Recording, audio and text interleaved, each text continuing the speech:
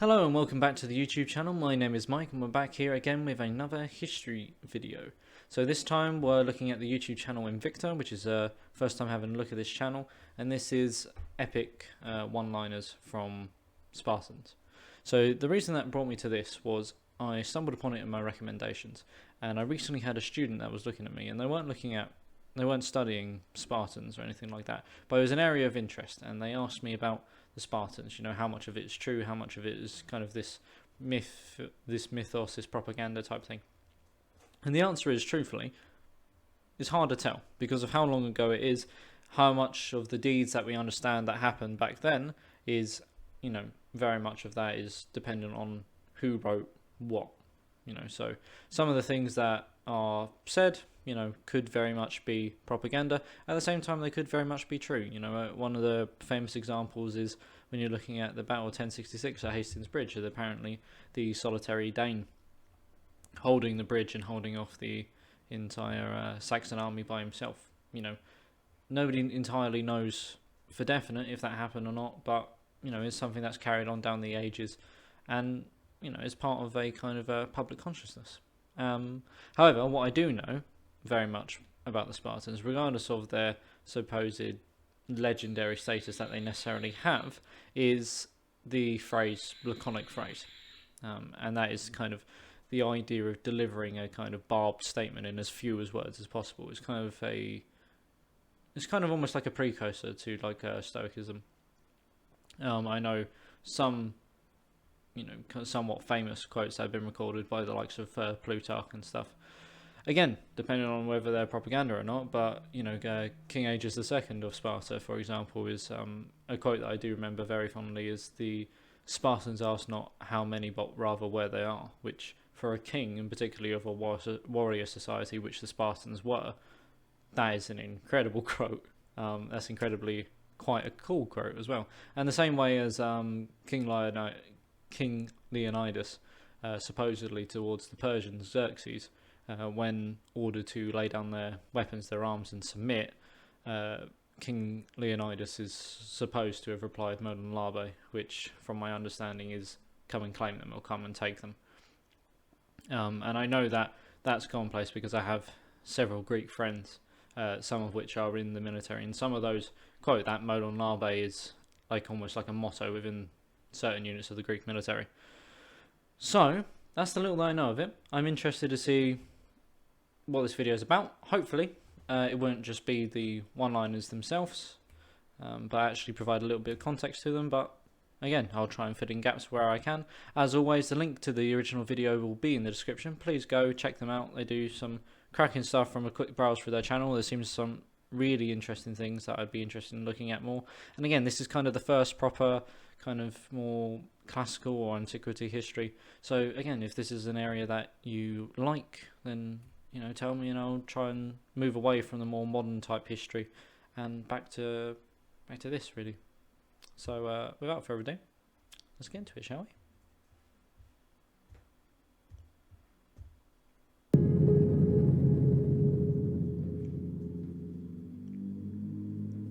Epic moments in history. Top 10 Spartan one-liners. The Golden Age of Greece, a time of great thinkers and speakers. Confucius and Buddha in the East, Socrates and Plato in the West. Amongst these titans of rhetoric stood the Spartans. We remember them as great warriors, but their voice could be every bit as biting as their spears. Theirs was a terse, blunt style, relying on an economy of words to deliver a barbed message. Even 2,500 years later, we refer to this speech as laconic. Today we'll be looking at the 10 best Spartan one-liners in recorded history. Just quickly as well, I'll just say quickly, the reason why it's called Laconic is because the area of Sparta, where Sparta is in Greece, is Laconia, and that was kind of an old, like a province or area. I don't know if they call them provinces necessarily, but yeah, so that area of Greece where Sparta reside is Laconia. That's why it's called Laconic phrase, not like Spartan phrase, for example. Just thought I'd clarify that in case anybody was confused. The quintessential Spartan. For 40 years, Agesilaus II ruled Sparta. A beloved statesman and brave warrior king, he was admired by historians Plutarch and Xenophon, who recorded many of his laconicisms. When a visitor asked Agesilaus how far do Sparta's borders stretch, the king thrust out his spear, as far as this can reach. When questioned about the lack of walls around the city, he simply pointed to his troops. These are Sparta's walls. So just quickly there. So again, two very cool quotes to start off. I'm trying not to get too carried away, but they are quite cool quotes. And again, so as a gesture in, Sparta obviously, again, was a renowned martial kind of culture, the Spartans. But particularly in the way that they fought, and the Greek city-states had these series of wars between themselves, the Peloponnesian Wars, and ultimately it was kind of the Peloponnesian Wars that removed the Greek city-states' ability to really unify and fight against external threats like they had done previously towards the Persians and stuff. By the end of the Peloponnesian Wars, basically, the strength of these city-states was so depleted that they weren't really able to stand up against a more extreme threat.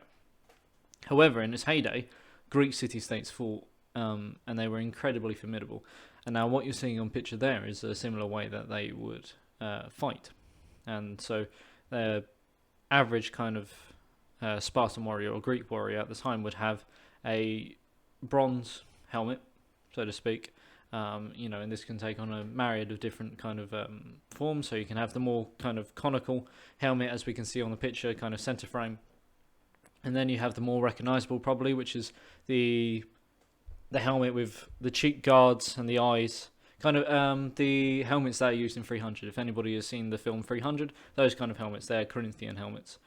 Similar to like that was the type of helmet. And then, unlike in 300, though, the Spartans wouldn't be completely bare-chested, or the Greeks wouldn't be particularly bare-chested. Some might have a type of bronze cuirass, like a breastplate. So I'm back. Apologise for that interruption. The phone just rang. But yeah, so you'd have the equipment that we're talking about. So the Greek infantry would have hoplons, which are these huge shields. They'd have sarissas if they were fighting in a pike formation, although, as I said, that's more likely kind of coming in later with the Macedonian conquest and such. But then the Greeks would carry a spear called the dore, and this could be fairly hefty in weight. But essentially they would fight in close order. And really, a lot of historians almost suggest that the phalanx, as it was called, was the kind of precursor for European military development going forward, because it's essentially, at its very base level, is several ranks of heavy infantry interacting in close order with each other and then moving as individual blocks or units. And this kind of methodology of fighting would survive well into the age of black powder. You just need to think of pike and shot, for example, and by pike and shot I mean early gunpowder, where you'd have pikemen units to fend off cavalry and infantry and stuff like that, where you'd have muskets. The pikes were still kind of fighting in a somewhat, a phalanx type style. Obviously the equipment and the terms are very different, but the idea is still kind of the same, to present this incredibly hard front to attack. And again, these Greek city-states, and the Spartans particularly, were extremely successful, and the way that their shields overlapped meant that organisation and discipline were key, of which, again, the Spartans are renowned for their fighting capability and also their ability to stand in a fight. Such was Agesilaus' disdain for those who measured safety in bricks rather than bravery, that when given a tour of a neighbouring city's new defences, he merely remarked, "Fine quarters for women." The Hollywood moment. If you're a fan of Hollywood action films, you've no doubt heard these famous one-liners before. "This is Sparta!" No, not that one. Yeah. It was during the Greco-Persian Wars that Sparta achieved its legendary status. King Darius's Achaemenid Persians knocked on the doors of Greece in 490 BC, his emissaries presenting a simple demand: bend the knee or face conquest. The messengers arrived in Sparta demanding earth and water. Negotiations proved swift. "Dig it out for yourselves," the Spartans roared as they threw them down a deep well. Peaceful relations did not follow, surprising absolutely no one. 10 years later, Darius's son Xerxes set out to finish what his father had started. With him came armies so large they were said to drink the rivers dry, so numerous their arrows were said to blot out the sun. This terrifying boast caused the Spartan Dianekes to rejoice. "So much the better, we'll fight in the shade." The Persian host soon overran northern Greece and turned south, where they saw themselves funneled through the narrow pass at Thermopylae. Here, at the Hot Gates, King Leonidas and his 300 Spartans and 7,000 Greek allies stood in stoic opposition. Flanked by the sea on one side and hills on the other, they were an immovable object to match Xerxes' unstoppable force. The Persian king offered to spare the hopelessly outnumbered defenders if they gave up their arms. Leonidas replied simply, "Molon labe, come and take them." Yeah, and so obviously the 300 Spartans, as they're called, often it's forgotten that there were several thousand other Greek contingents there to actually in the fight as well. But the Battle of Thermopylae as well is, as I said, the terrain incredibly suited the Spartans or the Greek way of warfare in providing that kind of inflankable position, that blocking position, obviously until later when the Persian army was able to outmaneuver and find alternative paths. However, in the Battle of Thermopylae itself, it presented the Persians with only one route initially to attack from, and that was the front. And that was the way that the Greeks would absolutely love for their foes to fight them.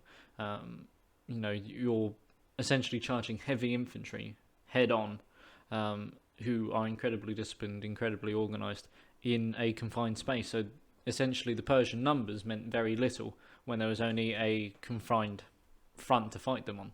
Ideally, the Persians would have liked an open field where obviously their vast array of numbers could outflank and overwhelm any resistance that they come across. And eventually, obviously, yes, as we know in history, or anybody who has watched the film 300, despite how inaccurate that is, ultimately the Greeks lose the Battle of Thermopylae. But their defense is incredibly damaging to the Persian force. Like, the Persians had to pay for every inch of ground that they gained in that fight.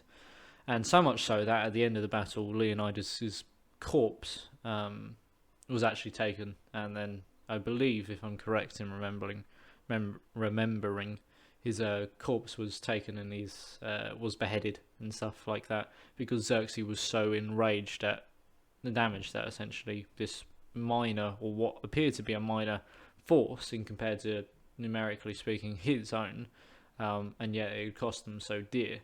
And such was the stature of Leonidas, was that in the final battle, so to speak, Leonidas actually fell relatively early, and yet there are reports from the battle that there were skirmishes and fights over his corpse, the Persians trying to claim the corpse from themselves, and the remaining Spartans and Greeks who stayed behind, attempting to recover and protect Leonidas' body for as long as they possibly could. Ultimately, again, the Persians would be routed at the Battle of Plataea, or Plateau. Again, I still don't know exactly the pronunciation of that. And that would kind of bring about the end to the Persian conquest of Greece. However, again, after this battle, the Persians did march south and burn several Greek cities to the ground, almost ruining them entirely. But enough of that. These famous last words would be the rallying cry of ancient Greece and are invoked to this day. The Spartan ethos. Soon after, Spartan rose to challenge Athens for dominance of the region. This rise to power was in part owed to the martial values drilled into all Spartan citizens. Plutarch wrote that mothers would send their sons off to war with the simple line, "with it or on it." In other words, victory or death. Duty to the state was paramount, and consequently Spartan women played a much larger role in society compared to their neighbours. The stark difference led an Attican woman to question Queen Gorgo. "How is it you Spartan women are the only ones who could rule men?" Gorgo quipped, we are the only ones who give birth to men. Indeed, the Spartan ego often manifested itself in the state's diplomacy with others. When the king of Macedon, Demetrius I, received embassies in his court, he flew into a rage when only a single Spartan envoy arrived. "What? Have the Lacedaemonians sent no more than one ambassador?" He received the dry response, "Aye, one ambassador to one king." Yeah, and so getting back to that just relatively quickly, the point about the women asking Queen Gorgo, how is it that women can rule men in Sparta? And it's because of the emphasis placed upon them. For one, I believe, and again, correct me if I'm wrong, but from memory, Sparta is one of the only places where women actually got a proper say, as opposed to what you would consider, well, what some would think would be the more kind of enlightened states like the Athenians, for example. But women had a bit more say. And also in Spartan culture as well, it's all about the kind of role that you can play to the state. And there is only two ways to really get a gravestone, a headstone, so to speak, in Sparta. One of them was to die in battle, an honourable and duty-bound thing to do in Spartan society, and the other was for a woman to die in childbirth, because that was put, and the emphasis of that was placed on par to dying in battle. So again, that tells you something of the mentality. And again, it briefly spoke about the clash between Athens and Sparta, and Athens and Sparta were kind of diametrically opposed to each other. Again, as I already said, the Peloponnesian Wars, they often extended to Athenians, or to the Athenians and their allies against Sparta and her allies. But the Athenians' real power came at sea. They were an incredibly strong maritime power, and a lot of their success and a lot of their economy, so to speak, came through their naval dominance, whereas the Spartans were more of a land-based force. That's why, as the Peloponnesian Wars waged on, as the Athenians began to lose their edge at sea, as did they start to lose the kind of their edge in the entire war entirely. But again, their dealings with outside nations as well isn't particularly known.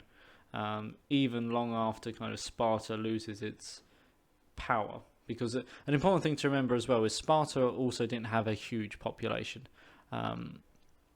It's a common misconception, I think, that they were at war all the time, because Sparta citizens, as they was called citizens, the freedmen, was a relatively low amount. A large number of the population of Sparta were helots, or slaves as we know them of. And the reason why, again, Sparta wasn't necessarily at war all the time was because when the men were away fighting, it made helots, slave rebellion, far much more easier. And so the Spartan economy for a long time relied heavily on their helots. So much so that you had even precursors of what we would now call like secret police would patrol, and I can't remember the actual name of the secret police, but you had Spartan agents essentially who would blend in with the slave populations and try and root out and essentially cut off the head of any dissidents or resistance or potential rebellion leaders way before it started, either by reporting them or killing them outright themselves, murdering them, provided they didn't actually get caught. So that gives you an idea. However, again, misconception that Sparta was at war all the time, because again, war is costly. When you have a relatively lower number of citizens, you also don't want to get them killed in a war. However, having said that, again, barbed words in diplomacy could go either way. Years passed, and Sparta was but a pale shadow of its former self.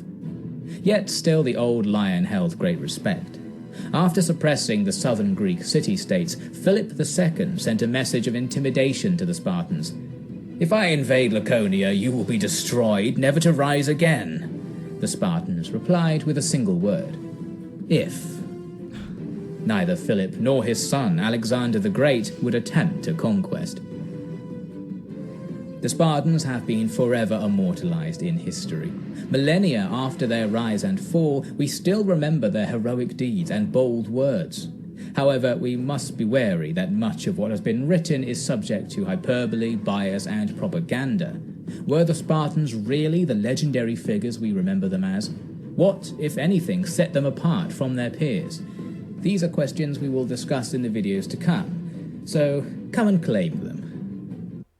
So, just getting onto that quickly as well, that last quote, if, it leads me to remember yet another laconic phrase, and that was, again, I don't know, I can't remember entirely if this is guaranteed or proven. Obviously, again, when you're talking about history this far ago, it's very hard to say what is proven and what isn't, as this video concluded with. Who knows what's hyperbole, propaganda, etc. However, I do remember an outside force, and I think it was Macedonian influence again. I don't know if it was Philip II or a different monarch entirely, but I seem to remember them writing to the Spartans and saying, demanding basically, what's the word? Demanding payment, so to speak, and the Spartans didn't respond. And then the message followed up saying, if I march down to Sparta, I will enslave you, I will burn your cities to the ground. Would you rather have me come as a friend or as an enemy? And I believe, if I remember correctly, the response that the Spartans returned was neither, not come at all, like that, something like that. I butchered it a little bit, but that's the whole kind of idea. And I think that kind of idea, that stoicism, that kind of bull-headed confidence, is admirable to an extent. It is cool. And there's nothing cooler than a history nerd saying something's cool, of course. But it is.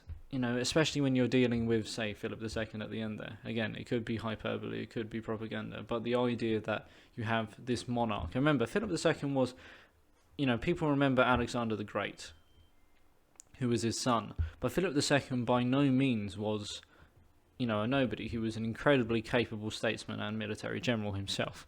And I'm sure if he wanted to, he could cause no end of problems to Sparta. But, the idea is still almost goading them to, come and have a go. It is admirable, it is nice. It gives to that kind of, that heroic... When you're talking about history, it is very hard to try and say, okay, well, we can't look at this too favourably. We can't get too carried away or swept away. Academically speaking, I'm talking about. But I think if you're just learning about history and you're interested in history, then these types of stories are the things that really grip you, that really involve your interest, involve your desire and your love to learn more about the past and these people. Because again, they are people, they aren't this mythical, emotionless, academic, figurines of people. They did some things that were cool, and so to try and detach yourself emotionally speaking, when you're talking about academia and academic stuff, then of course you need to try to. But I think the way that a lot of history is taught, in trying to detach yourself emotionally to it, I don't think that you need to do that when you're not learning to pass an exam or something. Sometimes, what I try and tell my students is it's okay to try and get attached to historical events and stuff like that, as long as you remember, what you're writing about, what you're trying to achieve in your answer, in your essay, in your argument. Because emotions doesn't hold much academically, but emotions hold so much more weight in fostering your desire and your love for history. It's why, people look fondly on people like Richard the Lionheart, he's called, because there's almost this mythical status around him, the way that he would inspire his men, or even pardon the man who killed him. For those of you who don't know, when King Richard, overseeing a siege in France, he was struck with a crossbow bolt, and as reportedly, he was struck by a chef, the French chef, who earlier in the siege, again, allegedly managed to deflect an arrow with a frying pan. And it's allegedly that he was the one who shot Richard I with a crossbow, and through the surgeon kind of not being the best at what he'd done, the wound festered. Richard I got ill, probably through sepsis or something like that, through blood poisoning, because the wound festered. However, after the castle fell, the cook was brought towards Richard I in Richard I's tent, and reportedly it's widely speculated that Richard I actually pardoned him for killing him, and such was how much he admired him for striking that blow, is that he pardoned the cook on his deathbed before he died. However, again, those same records suggest that while Richard I might have pardoned the cook, the men and nobility who loved him did not, and it suggests that that cook might not have had actually a happy ending after all. But you know, it's characters like that we remember, and I think it's important to not just think academically, not just think in that history is this grey, monotonous, emotionless thing that people read and only learn enough to write exams about, or write essays about, or pass a degree or whatever. But history is so much more than that, you know. And even if you're learning it for an exam or an essay or something like that, as long as you remember the mechanical values, this is what I always try and tell my students, as long as you always remember the mechanical values of how to answer an essay, how to answer an exam, how to articulate yourself without the emotion taking you over, then there is no problem in finding emotional attachments to the past, because after all, that is what people's love for the past is. You know, if everybody just learnt it in an emotionless, terrible, boring way, then nobody would love history. You know, that's why so many people find it boring already, and it's something that I always try and foster in people, and that history is amazing. And the phone rang once again to interrupt me just as I'm finishing this, but again, find in the past what you love and learn about it. If you can take one thing away from this entire channel, find a period or a type of history that you love and learn about it and get passionate about it. You know, because we need more historians. You know, we need more people who love history and remember history. The old quote, those who forget the past are condemned to repeat it. I don't think that's necessarily true for everything, but certainly having more people who know history and love history is all the better. You know, it's the history that I love, it's a subject that I love, and it's close to my heart.